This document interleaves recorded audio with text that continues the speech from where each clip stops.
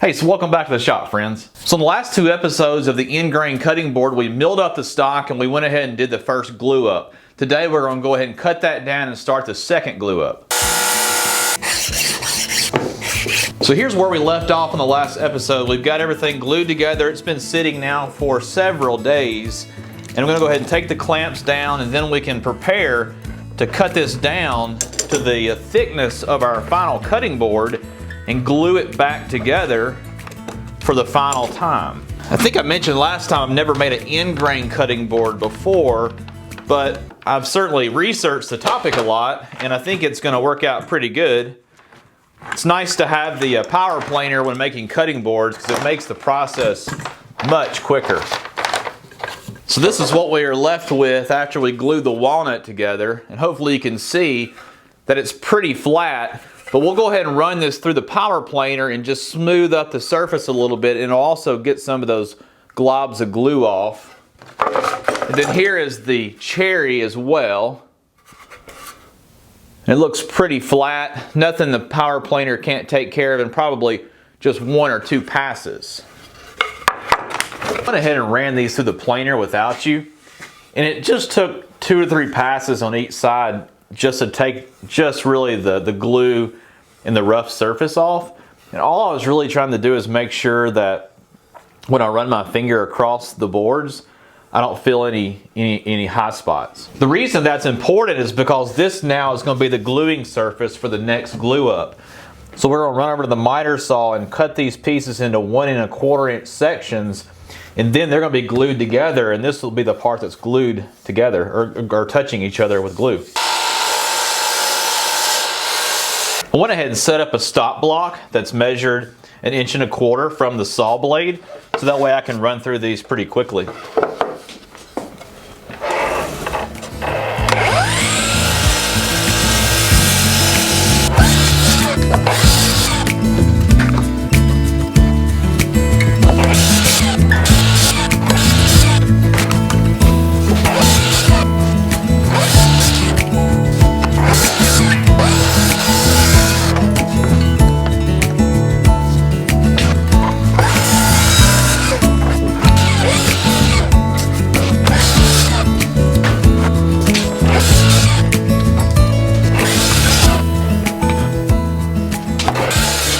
So I cut all these pieces yesterday, and once I had them all cut, I laid them down on my bench, and I was just looking to see how I wanted to organize them into my cutting boards. I played with all sorts of different designs using the walnut and the cherry. I've mixed the cherry and the walnut and all these different things, and I just couldn't decide what to do, so I slept on it last night, and I've decided to go with a cherry board and a walnut board. The thing that's so fun about these end grain cutting boards is you can alternate the wood, and it gives a really neat look to it.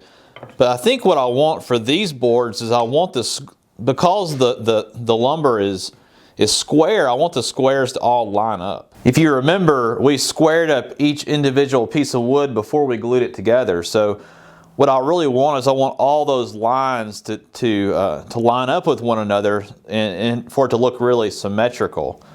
I mean, it would be cool as well to alternate the boards like this, but for this board I really want all the lines to sort of be continuous. It may be a little bit tough to see, but a little bit of this cherry here is a little punky, and it's not as hard as what I would want for a cutting board.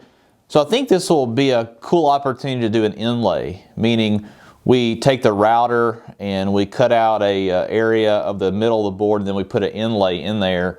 Maybe even a different color, like say put walnut here, like a walnut inlay, and that'll look really neat. I might even do an inlay into the walnut as well, just to have that contrasting color. The one thing I've been looking at is how do I glue these up and keep everything really square?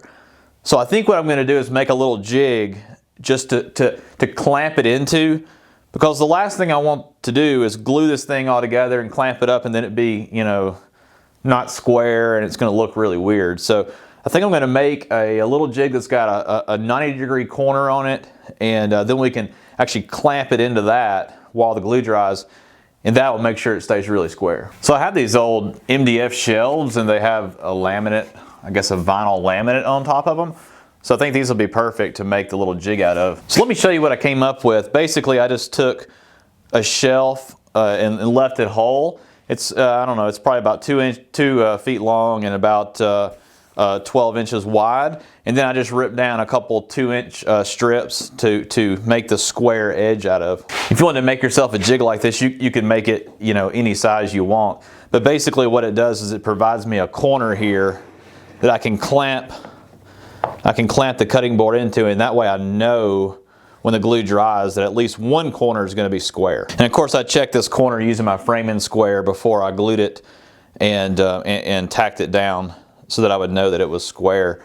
But that way I can take my clamps now, once I glue this together, and pull it tight against the jig walls here and into that corner, and then I'll end up with a really square cutting board. I'm noticing that some of the pieces have a little bit of a jagged edge on them from the miter saw, and I want the when I glue it together, I want it to be really nice and tight. So I'm going to take and just rub the pieces on a little bit of sandpaper just to make sure that the edges are nice and smooth before I go to the second glue up here.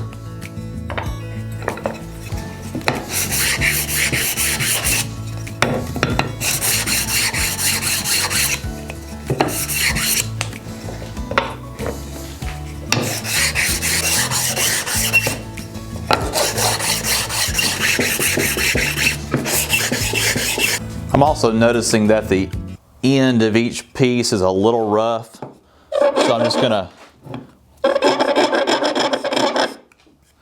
smooth those up a little bit as well. That way they fit up against the jig nice and smoothly.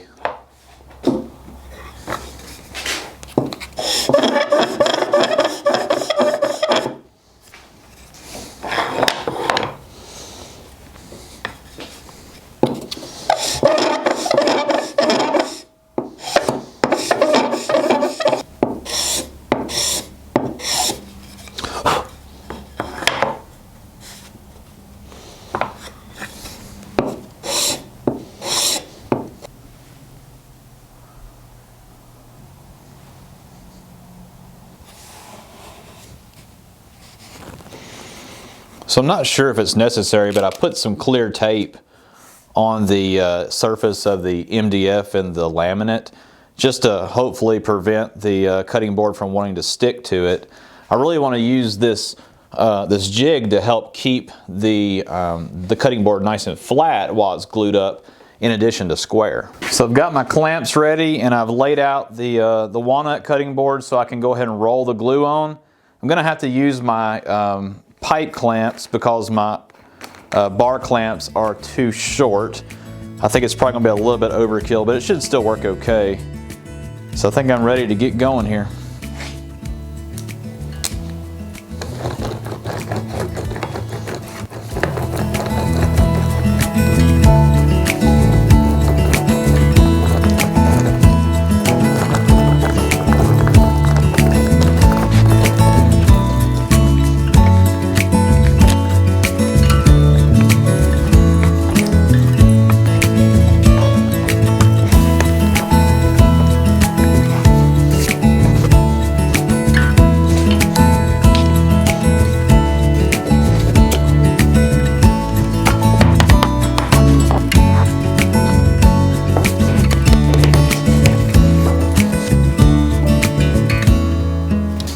So I seem to be getting even squeeze out from the glue pretty much everywhere, and that's one of the things I want to see, because that means the glue is getting into each one of the joint spaces there. And I appear to be very square to the jig, and it seems like for the most part all the boards are pushed down against the base.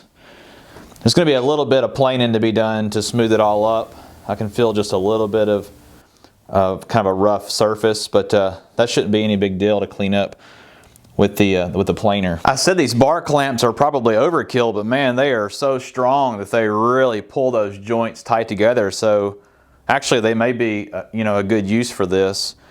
I'm going to let this dry for 12 to 24 hours, and then I'll come out and take the clamps down, and then we'll really find out how nice and flat the surface is. So next time we'll put the finishing touches on the walnut end grain cutting board.